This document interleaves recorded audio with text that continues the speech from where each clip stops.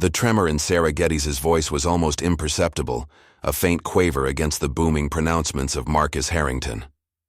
He stood, a monolith in a tailored charcoal suit, before his expansive mahogany desk, the city skyline sprawling indifferently behind him through the panoramic window.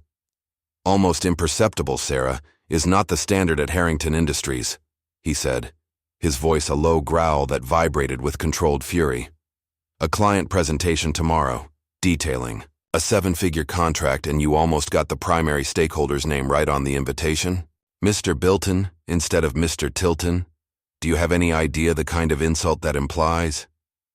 He leaned forward, palms flat on the polished wood, his expensive watch glinting under the recessed lighting. Sarah, clutching a slim, innocuous-looking tablet that held the offending email draft, paled. "It was a draft, Mr. Harrington. It hadn't gone out. I caught it myself during the final review. It was corrected immediately." Her voice was strained, desperate to inject reason into a room rapidly filling with unreasonable anger. Liam Croft, huddled in his small alcove just outside Harrington's glass-walled office, pretended to be engrossed in debugging a piece of code.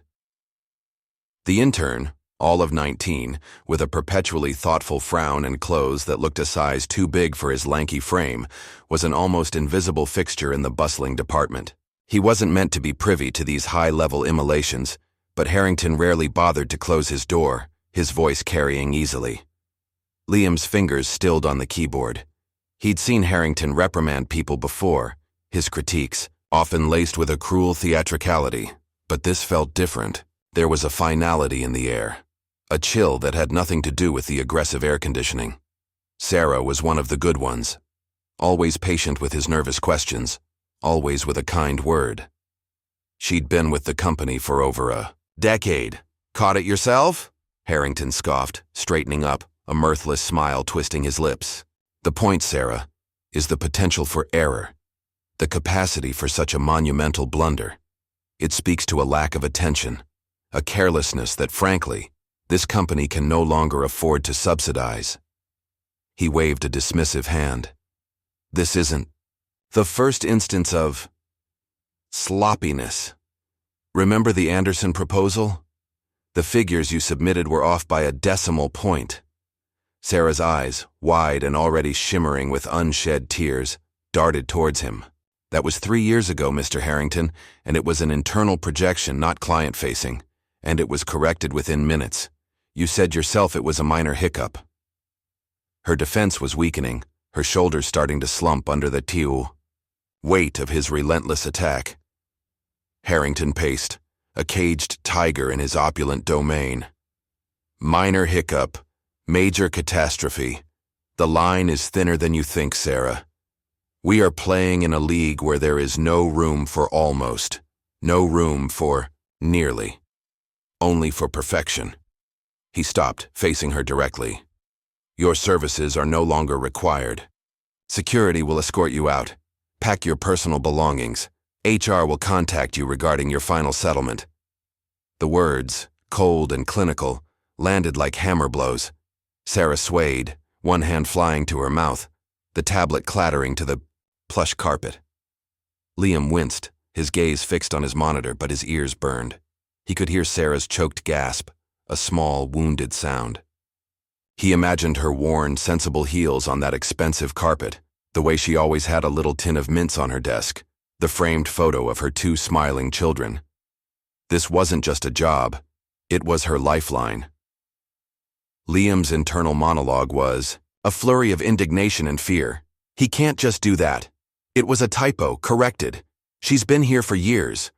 But what could he, the intern, the boy who fetched coffee and untangled network cables, possibly do? He was a ghost in the corporate machine, his opinions worth less than the discarded paper in the recycling bins. He heard the muffled sounds of Sarah trying to plead, her voice thick with tears, met by Harrington's curt, unyielding responses. Then, the click of the intercom, Harrington's voice, sharp and imperious, summoning security. Liam felt a knot of anger and helplessness tighten in his chest. He risked a glance. Sarah was standing, trembling, her face a mask of disbelief and devastation. 2 uniformed security guards appeared at the office door, their expressions impassive. The image of Sarah's despairing face, as she was led away like a common criminal, her small box of personal items clutched to her chest, haunted Liam for the rest of the afternoon. The usual office hum seemed muted, replaced by hushed whispers and averted gazes. He saw a few sympathetic glances cast towards Sarah's empty desk, but no one dared to voice dissent. Harrington, meanwhile, emerged from his office an hour later, all smiles and bonhomie, off to a power lunch. The contrast was sickening. Liam found himself staring at Sarah's abandoned workstation.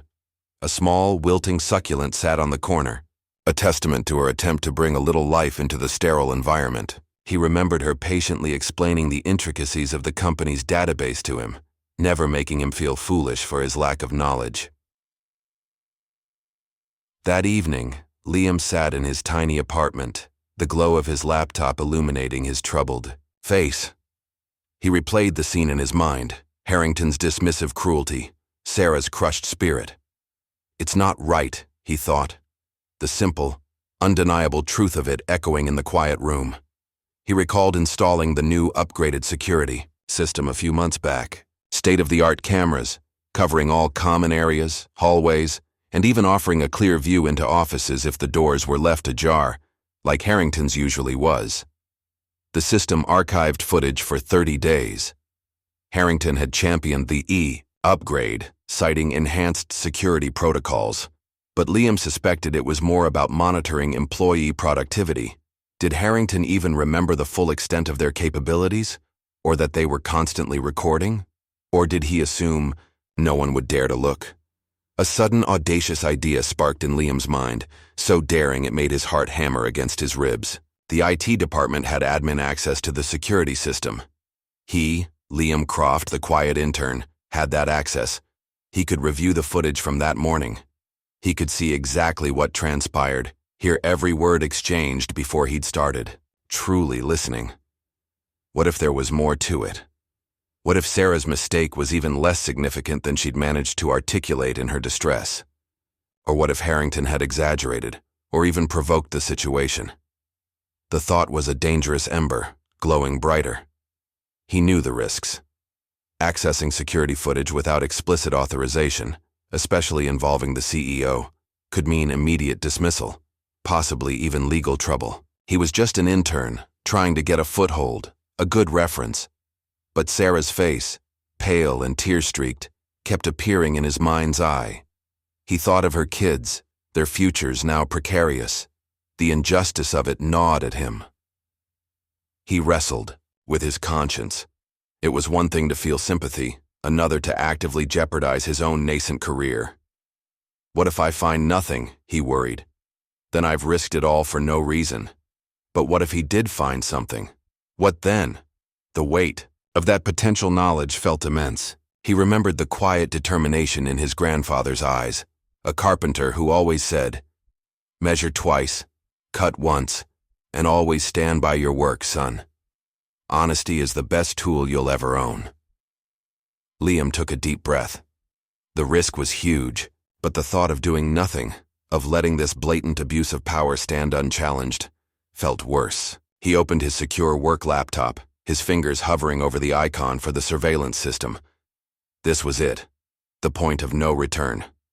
If Liam could summon the nerve to bring the truth to light, and if his efforts could somehow succeed against such odds, then perhaps everyone who likes this video will also find the strength to stand up for what's right in their own lives this month, discovering an inner courage they never knew they possessed. His cursor clicked.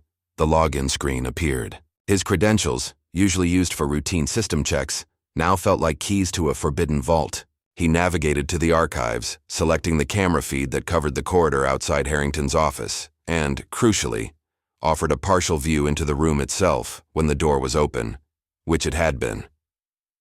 He cued it to the time of the incident. His breath hitched as the scene unfolded on his screen. Harrington at his desk, Sarah entering, the initial seemingly innocuous conversation. He leaned closer, adjusting the audio. The system's microphones were surprisingly sensitive. He watched, his apprehension growing with every passing second. He saw Sarah show Harrington the tablet, saw Harrington's expression darken almost immediately. He heard Harrington's voice, initially low, then escalating. He fast-forwarded slightly, to the moment Sarah mentioned the built-in Tilton error. Then, Liam saw it. Something he hadn't been close enough to observe directly at the time. Before Sarah had even finished explaining that the error was on a draft, Harrington had picked up his own phone, a sleek, black device always by his side. He'd glanced at it, his eyes narrowing, and then his entire demeanor had shifted, his voice taking on that cutting edge. It was after he looked at his phone that his accusations intensified, that he brought up the unrelated Anderson proposal from years ago. Liam rewound, playing it again. What was on that phone? A message? An email? It was impossible to see the screen's content from the camera angle. But the timing was undeniable. Harrington's anger had seemed to ignite after that brief interaction with his phone, not solely because of the typo Sarah was presenting. Liam's mind raced. This changed things. Harrington's reaction wasn't just a disproportionate response to a minor error. It felt premeditated, or at least opportunistically amplified by something else. He continued watching. He saw Sarah's attempts to defend herself, her growing distress. He saw Harrington's cold dismissal, his call to security. The raw injustice of it, now backed by visual evidence of a strange, pivotal moment, solidified Liam's resolve. He had to know more. He focused on the audio. Harrington had said, "This isn't the first instance of sloppiness." But Sarah's record, from what Liam had gathered from office chatter and her own professional demeanor, was exemplary. It didn't add up. He spent the next hour meticulously reviewing the footage, isolating key moments, making encrypted copies of the relevant clips onto a secure USB drive he kept for personal projects. He also checked the logs for Harrington's office computer activity around that time, but that was a dead end. Harrington mostly used his phone and tablet for quick communications. The phone was the key. But how could he find out what Harrington had seen on his phone? That seemed impossible. Yet the footage itself was damning enough. It showed a man looking for an excuse, not a leader addressing a genuine problem. It showed Sarah, flustered but professional, being systematically torn down. The next morning, Liam walked into the office with a new, albeit terrifying, sense of purpose. He avoided eye contact, kept his head down, his heart a frantic drum against his ribs. He had the USB drive in his pocket, feeling like a conspirator in a high-stakes thriller. He needed a plan. Simply releasing the footage anonymously could backfire, dismissed as a disgruntled prank. Confronting Harrington directly was career suicide and likely futile. He needed a moment, a platform, a way to make it undeniable. He thought about HR, but Ms. Albright, the head of human resources, was widely seen as Harrington's enforcer, not an employee advocate. She would likely confiscate the footage and shred his internship along with it. He observed the office dynamics. News of Sarah's firing had solidified into a cautionary tale. People were more subdued, more anxious. Productivity, paradoxically, seemed to dip, replaced by an undercurrent of fear. Harrington, however, seemed energized by his own ruthlessness, striding through the office with an air of untouchable authority. Liam overheard him on a call, boasting to someone about streamlining the department and cutting out dead wood. The casual cruelty made Liam's stomach churn. He had to do something, but what? He couldn't shake the image of Sarah's children. He imagined them asking their mother why she wasn't going to work, the confusion and fear in their eyes. This was bigger than just one job. It was about basic human decency. During his lunch break, instead of eating, Liam found himself walking past Sarah's old building. He didn't know her address, but he knew she lived in a modest apartment complex a few bus rides away from the gleaming corporate towers. He wouldn't approach her, not yet.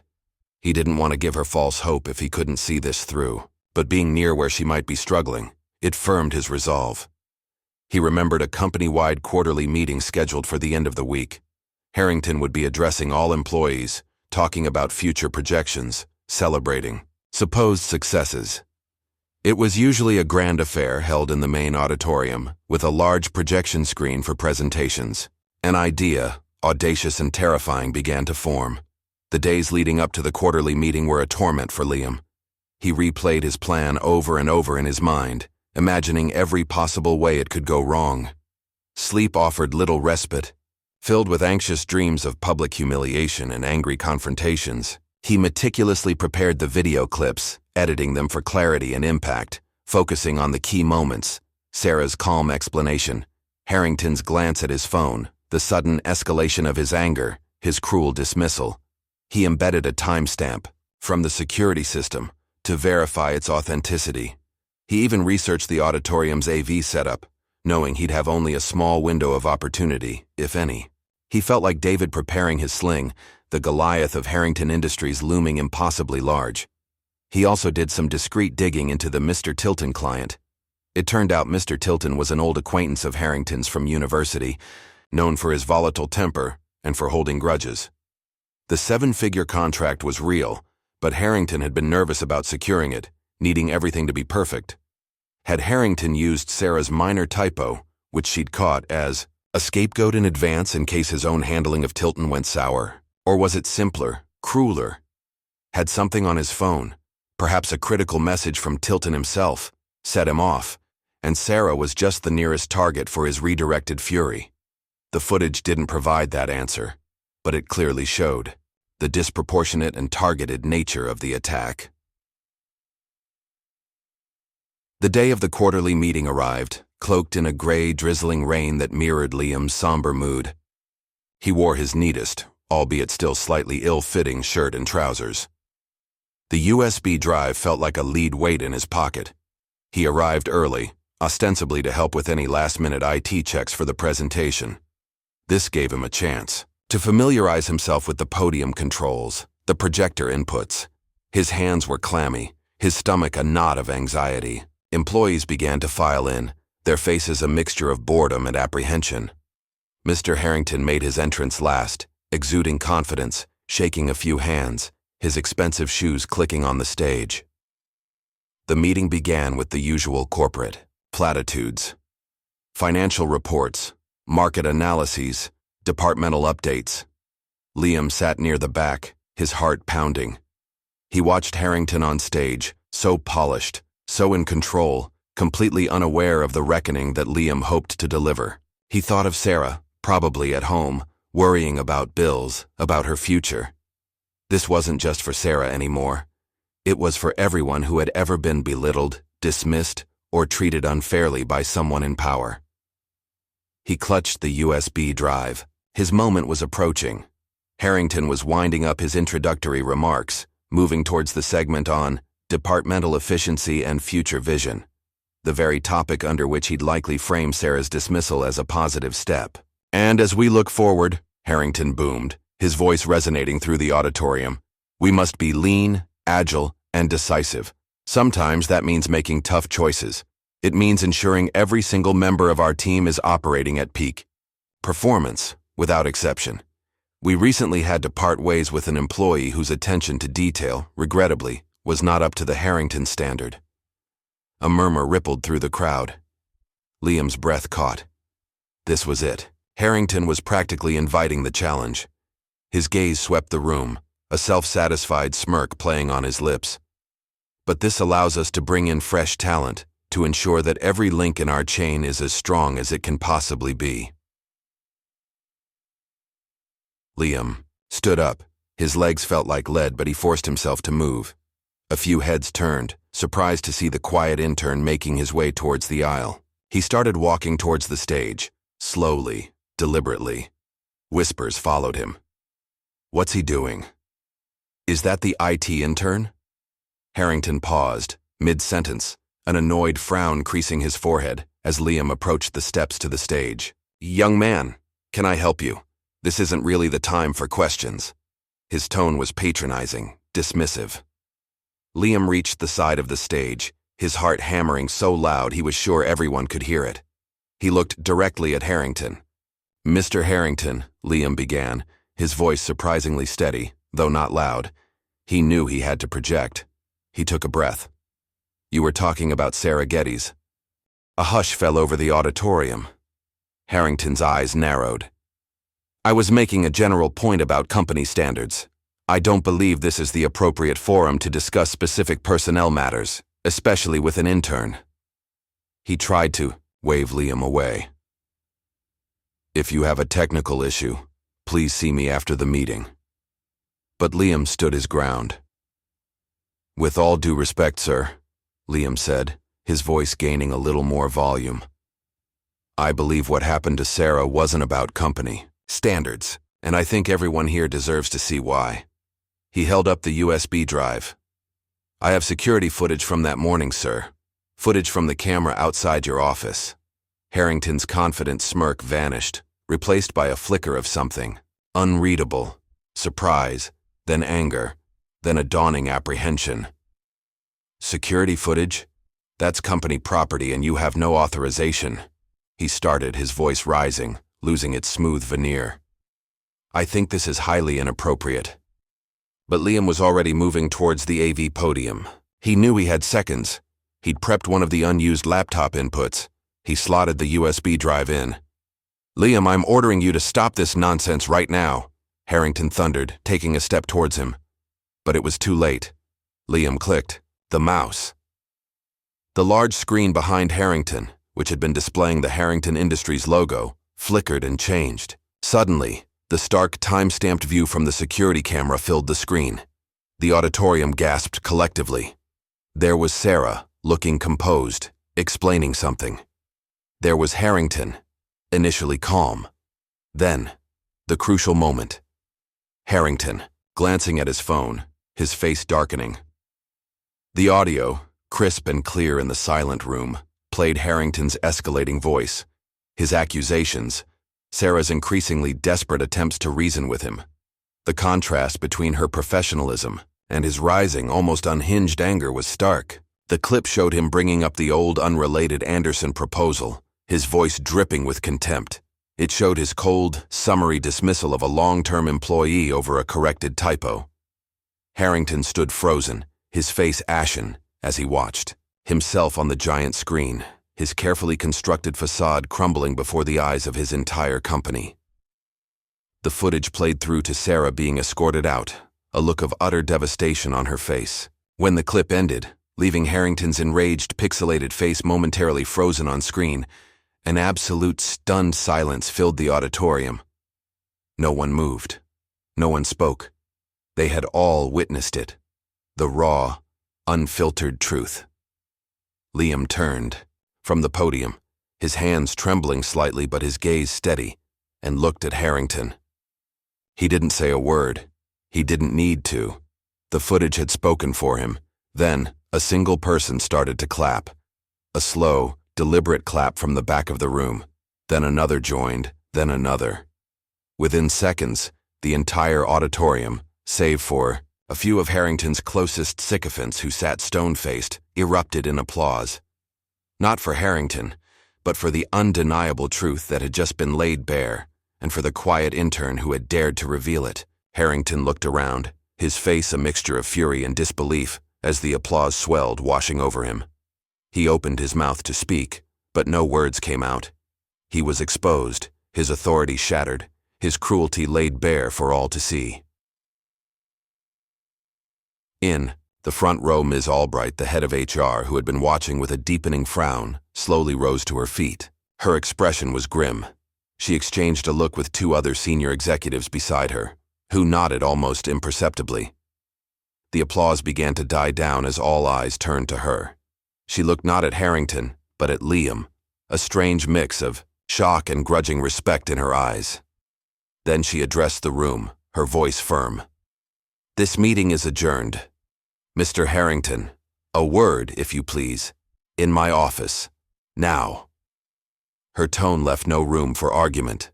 The power in the room had palpably shifted. Harrington, deflated and visibly shaken, gave Liam one last venomous glare before turning and striding stiffly off the stage, followed by the HR head and the other executives. Liam remained by the podium, his adrenaline slowly ebbing, leaving him feeling drained but strangely calm. Several employees approached him, their faces alight with admiration. That was incredible, one whispered. You're a hero, said another. He just managed a small, tired smile. He hadn't sought heroism, only justice. Later that day, the news spread like wildfire. Marcus Harrington was suspended, pending a full investigation. Sarah Geddes was contacted by Ms. Albright personally, with a profuse apology and an offer of reinstatement to her position, with back pay and an additional compensation package for wrongful dismissal. A week later, Sarah walked back into Harrington Industries, not with a box of shame, but with her head held high. The atmosphere in the office was different, lighter. People smiled at her openly, warmly. Her desk was no longer bare. Her colleagues had placed a new, thriving succulent there, alongside a small welcome back card signed by almost everyone in the department. Liam, who had been anxiously awaiting the outcome of the investigation, was called into Ms. Albright's office. He expected a lecture, perhaps a formal reprimand for his methods, even if the outcome was positive. Instead, Ms. Albright offered him a full-time junior position in the IT department with a significant raise from his intern stipend.